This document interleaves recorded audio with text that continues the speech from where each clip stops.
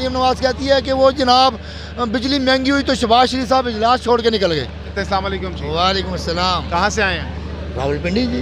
क्या करने आए हैं? अपने यार को देखने आए थे, अपने भाई को देखने आए थे, अपने लीडर को देखने आए थे, अपने गुरु को देखने आए थे, अपने बुजुर्ग को देखने आए थे। इस कौम के लीडर, इस कौम के जो रहनुमा है, जिसने ला इलाहा इल्लल्लाह का मतलब इस कौम को समझाया, जो मौलवियों ने समझाना था। उसने नामूस रिसालत का मतलब दुनिया को समझाया, जो मौलवियों ने समझाना था। उसने ख़त्म नबूवत के पर ख़ातमुन नबीयीन कहना लाजमी करार दिया, जो मौलवियों ने कहना था। उसने खड़े होकर अक़वाम मुत्तहिदा में कहा कि हम मुसलमान हैं और बीइंग अ मुस्लिम, जब हम ला इलाहा इल्लल्लाह पढ़ लेते हैं तो हमारे पे जहाद फ़र्ज़ हो जाता है और हम खून के आखिरी कतरे तक लड़ते हैं। जिसने हमें ये समझाया कि कुरान की तालीम लाजमी है और उसने स्कूलों के अंदर नाफिज़ की। जिसने हमें ये समझाया कि रहमतुल लिल आलमीन अथॉरिटी बनाई ताकि हमारी आने वाली नस्लें सीरत नबी सल्लल्लाहु अलैहि वसल्लम पढ़ सके। जिसने हमें ये सिखाया, ये बताया कि हमें हमारी कौम को सेहत कार्ड दिया, कफ़ालत प्रोग्राम दिया, लंगर खाने दिए, क़याम पनाह गाहें दी। उसके बाद पाकिस्तान की एक्सपोर्ट को $20 अरब से उठा के $34 अरब पे ले गया। पाकिस्तान की जीडीपी को माइनस से निकाल कर +6 पे ले गया। पाकिस्तान के रेमिटेंसेस जो ओवरसीज़ पाकिस्तानी भेजते थे $14 अरब से $34 अरब पे ले गया।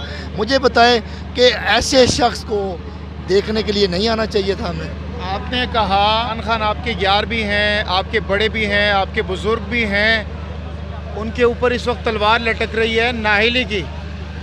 मुद्दई लाख बुरा चाहे तो क्या होता है, वही होता है जो मंजूर खुदा होता है। हमारा ईमान है बीइंग अ मुस्लिम, ला इलाहा इल्लल्लाह मुहम्मद रसूलुल्लाह जब हम पढ़ लेते हैं कि जो भी फ़ैसले होंगे वो इंशाअल्लाह अल्लाह की तरफ से होंगे और वो हमारे हक़ में बेहतर है, क्योंकि अल्लाह ताला 70 माओं से ज़्यादा आपको और मुझे प्यार करता है। तो जो फ़ैसला उसका होगा वो हकीकी फ़ैसला होगा, वही असल फ़ैसला होगा।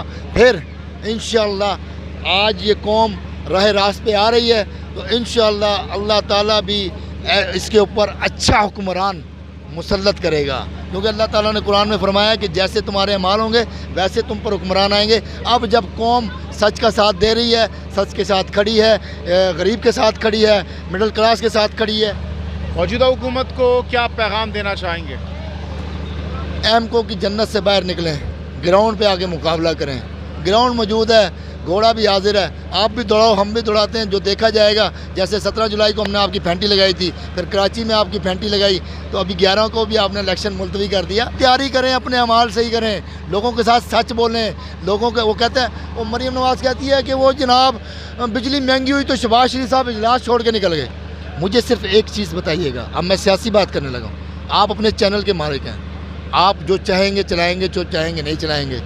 मैं आपको कहूँ या कल को आप कहें यार ये चैनल पे चल गया, जब ये चल रहा था तो मैं उठ के चला गया, इसका मतलब है किसी ने आपसे चलवाया है। तो जो शख्स बहैसियत वज़ीर आज़म 2 रुपये बिजली का यूनिट नहीं रोक सकता, 4 रुपये पेट्रोल की कीमत नहीं रोक सकता, वो अपनी मर्ज़ी से ना खाता होगा ना जाता होगा। अच्छा जी, आखिर में इमरान खान साहब को क्या पैगाम देना चाहेंगे?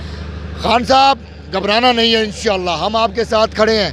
आप हमारे लीडर हैं, आप हमारे रहनुमा हैं, आप जिधर कहेंगे हम हाजिर होंगे। आपने घबराना नहीं, क्योंकि हम खड़े हैं, हम खड़े थे, हम खड़े रहेंगे, यकीन के साथ, ईमान के साथ और इंशाअल्लाह इमरान खान के साथ।